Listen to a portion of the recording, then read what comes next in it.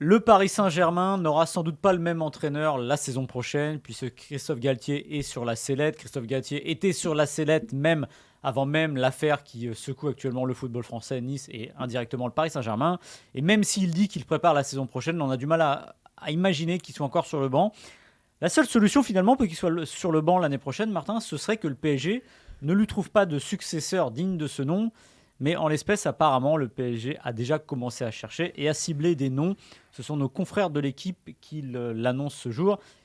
La liste dans le désordre. Arrête-moi si je me trompe. Zinedine Zidane, Marcelo Gallardo, Thiago Motta.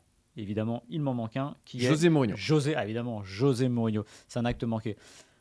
Martin, qu'est-ce que tu penses déjà de cette liste ? Bon, déjà, c'est une liste très hétéroclite qui regroupe différentes réalités. On voit que Paris n'a pas de fil directeur, c'est-à-dire qu'il pourrait se dire, voilà, si je caricature, on veut un entraîneur qui soit au-dessus des joueurs, qui impose une autorité, donc c'est que des gros noms. C'est pas le cas. On veut donner sa chance, un peu à la manière d'un Galtier, à le nouveau tube du moment. Donc voilà, on aurait que des entraîneurs émergents qui ont montré de belles choses depuis qui. C'est pas le cas. On veut une tête brûlée, un mec qui vraiment fait régner la terreur dans le vestiaire pour mettre tout le monde, droit. C'est pas le cas non plus. On a un peu de tout ça. Ce qui nous prouve quoi ? Ce qui nous prouve finalement que Doha sait pas trop quoi faire. Alors je pense qu'effectivement, il y a un fantasme, une priorité numéro 1. Celui qui est au-dessus de tout, c'est évidemment Zinedine Zidane. Le problème de Zinedine Zidane, il y en a plusieurs. Je pense qu'il y a un peu plus de chances que ça marche que l'an dernier, parce que Zidane, l'an dernier, il attendait l'équipe de France.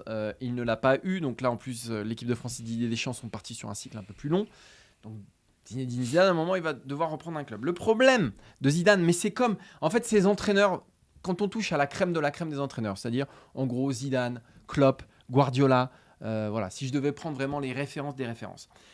Pourquoi ces mecs-là viendraient à Paris alors que tout a prouvé jusqu'ici que l'entraîneur était parasité, qu'il y avait des lignes directes entre certains joueurs et le président ou l'actionnaire. Ces entraîneurs-là, ils n'acceptent pas ces conditions-là. Rappelez-vous que quand même, on l'oublie, mais Paris a eu Ancelotti. Pourquoi il est parti Ancelotti ? Pas pour ces raisons-là. Et pourquoi aujourd'hui Zidane accepterait de faire des concessions sur son autorité, sur le message qu'il transmet aux joueurs, l'autorité qu'il a sur un vestiaire. On sait qu'à Paris, le verre est dans le fruit. Moi, je pense que le PSG aujourd'hui, je ne suis pas tellement fan forcément de ces entraîneurs-là, mais ils ont besoin d'un dogmatique. C'est-à-dire quelqu'un qui va venir avec des idées précises et vouloir tout gérer au fond. Le problème, c'est que Zidane, il va se retrouver là-dedans. Il va se retrouver au milieu d'un club qui a je ne sais plus si c'est directeur sportif ou conseiller football, qui appartient aussi à un autre club. Enfin, ça, non, mais déjà, rien que ça, franchement, Luis Campos. Mais comment dans un club comme ça, mais vous avez déjà vu un autre club de cette envergure-là qui partage un conseiller football ou ce que vous voulez, c'est stupide. Parlons des autres. Mourinho, j'y crois pas une seule seconde. Que Mourinho veuille entraîner le Paris Saint-Germain, ouais, voilà. Que le PSG veuille de Mourinho, parce qu'on renforcerait finalement Luis Campos, parce qu'on serait quand même sur la filière Campos, et je suis pas sûr que du côté du Qatar on veuille. Je pense qu'on veut plus retirer des pouvoirs à Campos plutôt que de lui en donner. Et puis ça risque de faire des étincelles avec Doha. On sait que le Qatar, qu'est-ce qui les obsède par-dessus tout ? C'est l'image. Avoir José Mourinho, c'est quand même prendre un risque. Voilà, moi, José Mourinho, j'y crois moyen, ou alors en solution de secours de la solution de secours. Ouais, et puis non, mais moi, alors là, j'ai été longtemps un fervent admirateur et défenseur de José Mourinho, qui était trop caricatureux à mes yeux.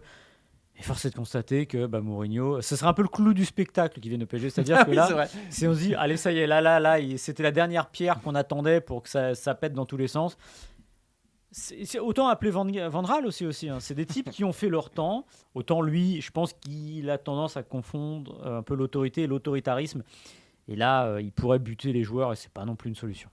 Je pense que s'il fallait miser sur un, ce serait Thiago Motta, parce que on va revenir aux mêmes écueils que d'habitude. C'est-à-dire que Nasser El Khelaifi va laisser parler son cœur.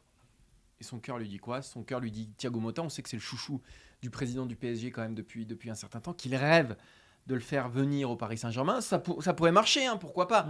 Après, quand on voit sur le papier Thiago Motta, qu'est-ce qu'il a de plus qu'un Pochettino ? Qu'est-ce qu'il a de plus même qu'un Christophe Galtier ?